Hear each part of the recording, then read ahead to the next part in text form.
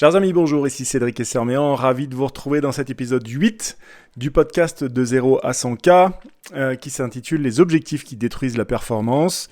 Je vais tordre le cou à une grosse croyance, une habitude, une institution dans le monde des entrepreneurs, du sport et de plein d'autres choses qui est le fait de définir des objectifs. Je vais amener un gros rappel, ou plutôt une grosse nuance à cet endroit-là. Comme vous le voyez peut-être derrière moi, pour ceux qui regardent ce podcast en vidéo, je suis de retour en France après un peu plus de 12-14 mois de tour du monde. On en a enfin terminé avec ça et on va se trouver un endroit pour s'installer. Je vous rappelle que vous retrouvez le podcast en audio et en vidéo sur Spotify. Vous cherchez juste Cédric Esserméan, 0-100K, 0 avec Z-E-R-O, et vous me trouverez assez facilement dans la catégorie podcast. Je ne suis pas encore chanteur. Bien. Cet objectif, les objectifs qui détruisent la performance, alors c'est quoi le problème exactement avec les objectifs ?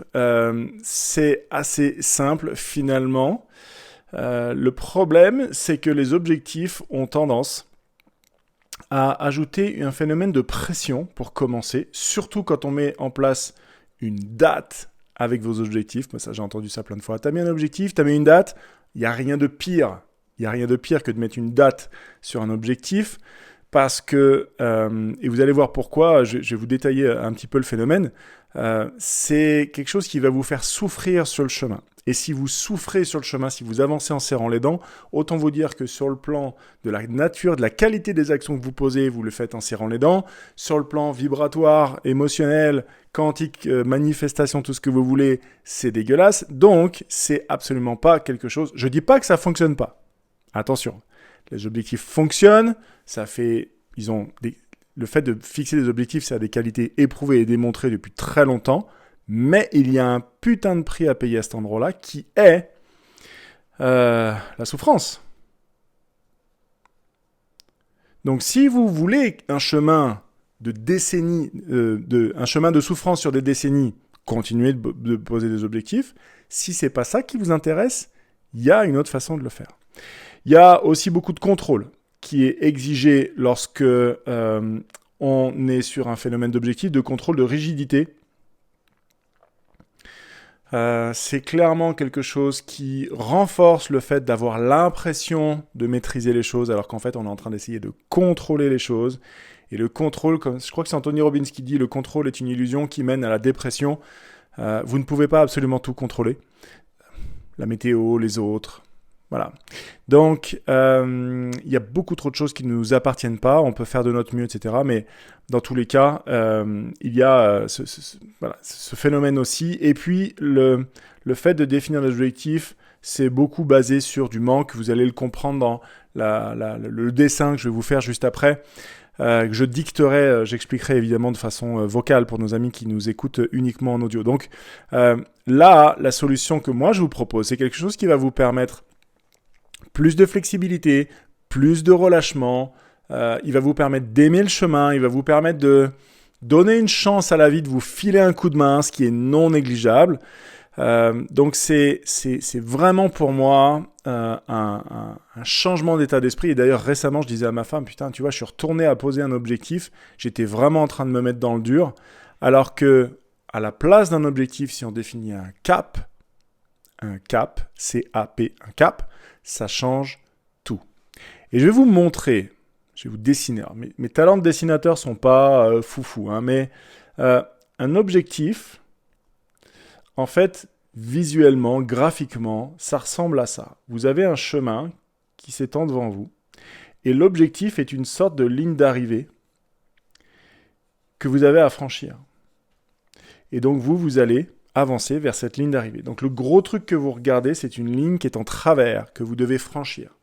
Et donc à chaque étape, c'est j'y suis pas, j'y suis pas, j'y suis pas, j'y suis pas. Je me rapproche, mais tout ce que je regarde en fait, c'est ce qui me manque pour y être. Il me manque ça, il me manque ça, il me manque ça. Et ça vire à la névrose en fait, collective, de se focaliser sur tout ce qui nous manque pour atteindre nos foutus objectifs et de totalement oublier d'aimer le chemin et d'être reconnaissant et fier du chemin parcouru. C'est un des gros problèmes des objectifs. Maintenant, si je définis un cap, la ligne qui était en travers, la ligne d'arrivée, je la tourne de 90 degrés.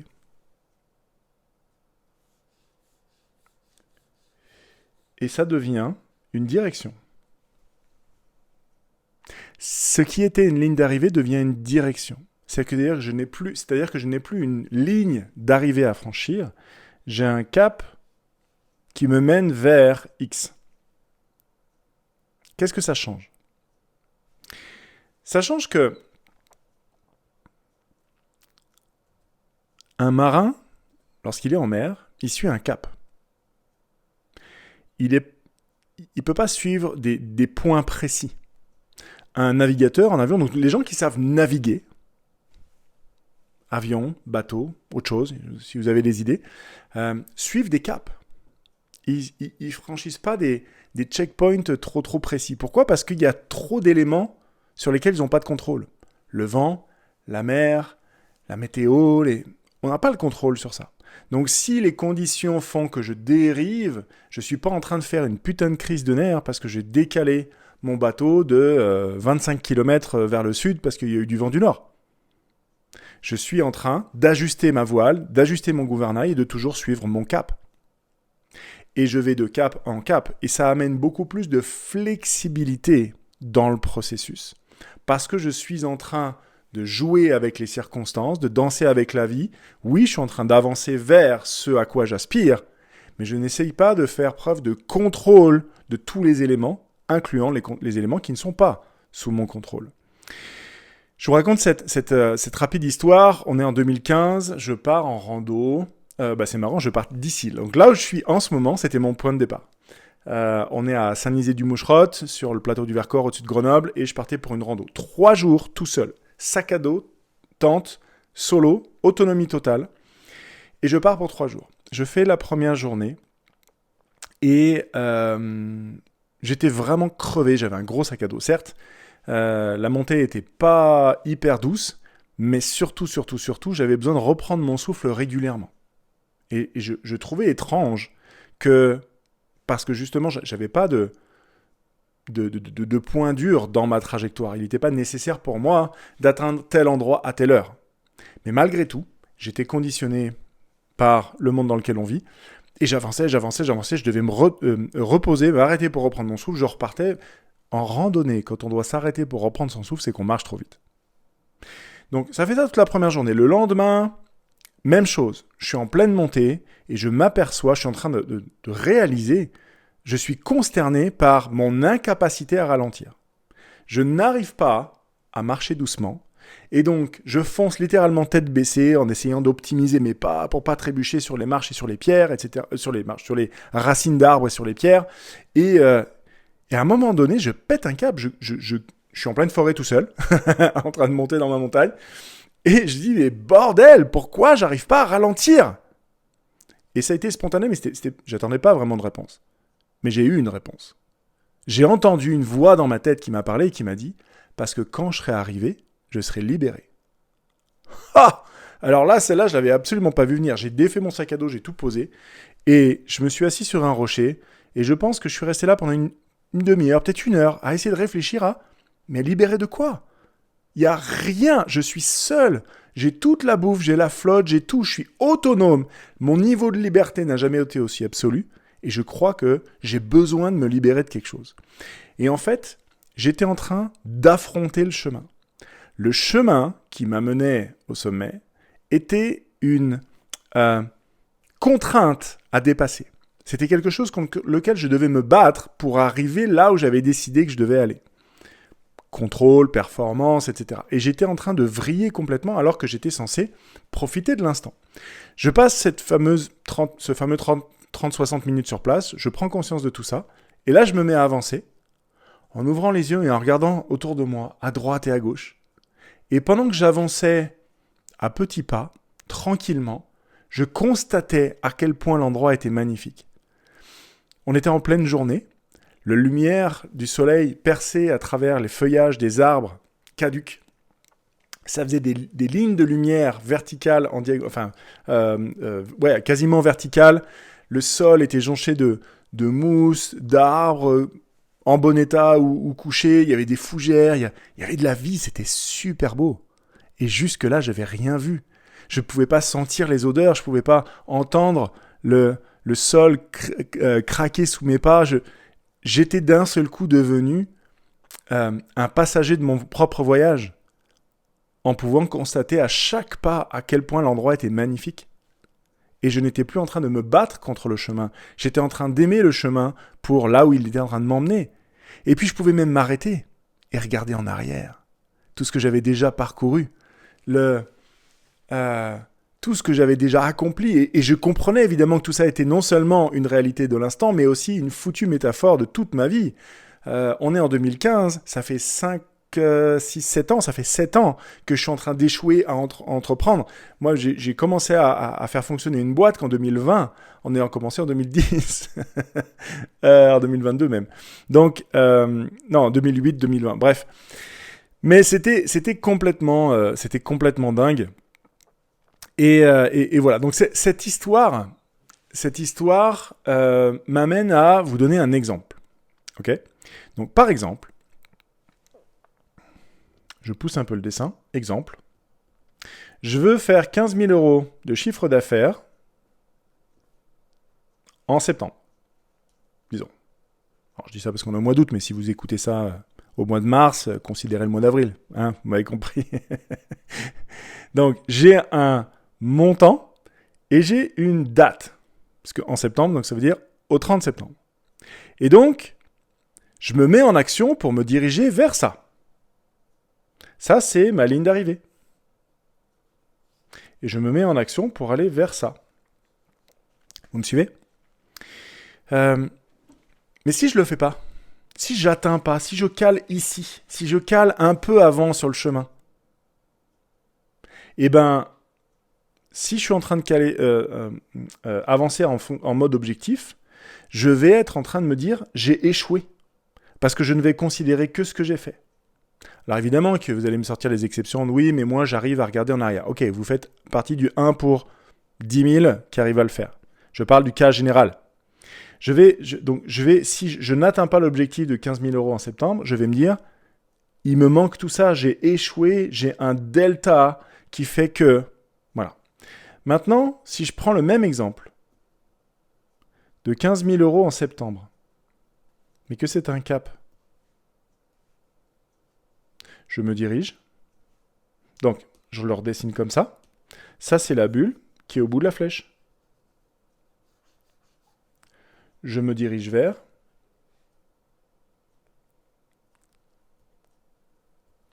ça.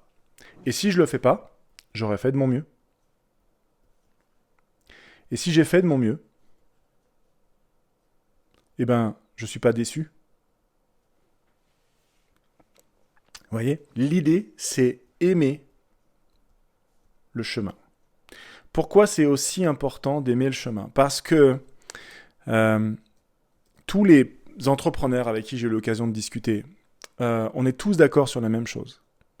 Si je me sens bien ou si je me sens pas bien chaque jour, la qualité de mes journées n'est pas la même. Vous me suivez là-dessus. Mais la qualité des actions que je pose n'est pas la même non plus. Parce que je vais m'agacer, je vais être impatient, je vais être frustré, Voilà, poser une action en se sentant bien ou en se sentant pas bien, c'est pas la même action et donc c'est forcément pas le même résultat. Même si j'essaye d'accomplir la même tâche, ce n'est pas le même résultat. Vous pouvez dire ce que vous voulez, ce n'est pas le même résultat. Donc, sur le plan de la mécanique déterministe des causes et des conséquences, sur le plan de la causalité, les résultats sont moins bons si je me sens mal, si je suis en train de me fighter contre le chemin. Donc évidemment, je regardais un sujet sur Tony Parker, le basketteur, hier soir. Ce gars-là, avec un papa qui a joué en NBA, donc professionnel de basket aux USA, a acquis un certain état d'esprit.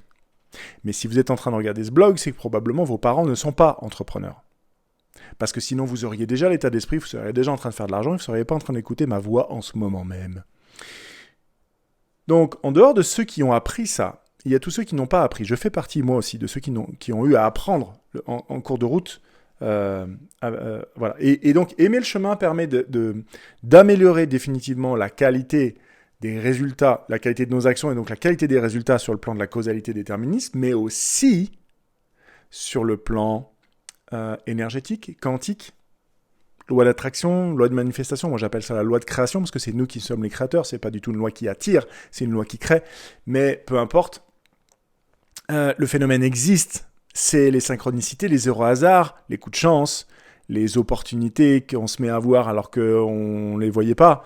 Si je me sens bien, non seulement chaque journée est une bénédiction, chaque soirée est une satisfaction, je peux enfin couper la charge mentale dans ma tête parce que j'ai passé une bonne journée, j'ai fait de mon mieux, j'ai bien avancé. Certes, j'ai pas fini, mais c'était une foutue bonne journée et je peux passer du temps avec ma famille, mon couple, en ayant coupé la charge mentale, la frustration, l'impatience. Il n'y a plus tout ça. Il n'y a plus. Vu que je suis en mode j'aime le chemin et je me dirige vers. Même si je me dis je me dirige vers et qu'on arrive aux 2 jours à la fin du mois de septembre, je ne suis pas frustré, j'ai fait de mon mieux. J'ai fait de mon mieux et ça suffit. Donc je sais, les perfectionnistes, j'en ai été un joli, contrôlant perfectionniste, addict à la performance. Et vous savez, pour revenir un peu sur les athlètes, un athlète performe mieux s'il est relâché. Regardez toutes les photos finish, toutes les courses de sprint, athlétisme, sprint 100 mètres. Vous avez souvent des caméras en face qui filment les gars en train de courir vers la caméra, vers la ligne d'arrivée. Quand vous les regardez courir, les mecs ne sont pas crispés sur leur visage. Ils sont relâchés. Tout leur corps est en état de performance maximum. Sur un sprint, ça dure 10 secondes, donc autant vous dire que c'est intense. Mais ils savent que leur visage doit être relâché. Ils performent mieux en étant relâchés, l'athlète. Tout le monde le sait. Les entrepreneurs, c'est pareil. Ils performent mieux en étant relâchés. C'est d'ailleurs pour ça que les sportifs ont des préparateurs mentaux. C'est d'ailleurs pour ça que les entrepreneurs font du coaching, investissent massivement, quel que soit leur niveau d'accomplissement. Dans le cercle de l'excellence de Martin Latulippe, moi je fréquente des gens qui font des millions, littéralement des millions. Ils se font accompagner. La preuve, ils sont dans le cercle d'excellence. C'est pas pour trouver des clients, c'est pour trouver du support, des relations, des partenaires, et du coaching. Et Martin est un excellent coach en passant. La préparation mentale des athlètes de haut niveau, c'est depuis très longtemps que la pression détruit la performance. C'est pareil pour les entrepreneurs. Vous devriez vous considérer comme un athlète de haut niveau. Et ne confondez pas stimulation et pression. Hein. Ne confondez pas stimulation et pression. Un cap va stimuler parce que vous avez une vision claire, vous avez un chemin à suivre et vous êtes invité à l'aimer. La ligne d'arrivée de l'objectif va vous mettre de la pression sur tout ce qui manque, etc.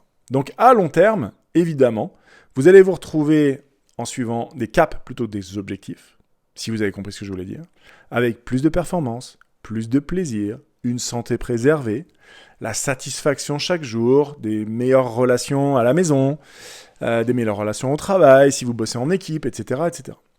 Donc moi, la question que j'ai envie de vous poser tout de suite, c'est comment est-ce que vous pourriez transformer vos objectifs actuels, parce que je suis persuadé que vous en avez, comment vous pourriez transformer vos objectifs actuels en des caps et de pivoter de 90 degrés cette ligne, qui n'est plus une ligne d'arrivée, mais un axe et un cap à suivre, et de commencer à aimer le chemin. Je vous mets au défi d'essayer, vous allez voir comme ça va vous faire un bien fou, et à chaque fois que vous allez vous retrouver sous pression, frustré, anxieux, impatient, c'est que vous êtes en train de regarder un objectif. La ligne s'est retournée, donc refaites l'action consciente, l'effort conscient de tourner la ligne. Je vous laisse là-dessus, on se retrouve dans l'épisode 9 pour le prochain podcast qui s'appellera « Bien nommer son activité ». Il y a des drames que je vois là-dessus, avec tous les entrepreneurs débutants qui se mettent à donner des noms à leur activité, qui bousillent totalement leur marketing et leur communication. C'est une vraie catastrophe, il est très important, je vous parle de ça. C'est dans le prochain épisode, numéro 9. Et dans le numéro 10, on parlera des contenus qu'il est bon de créer pour commencer quand on cherche à créer des contenus pour communiquer sur les réseaux sociaux, notamment, mais ça peut être les blogs, etc. Bref, il est essentiellement question de communiquer. Je vous laisse avec ça. J'aurai grand plaisir à retrouver vos commentaires, vos questions, ce que vous avez aimé, les prises de conscience, le résultat de la transformation d'un objectif en cap dans les commentaires à côté de ce contenu. Je vous souhaite une très belle fin de journée, les amis, et à très bientôt. Ciao.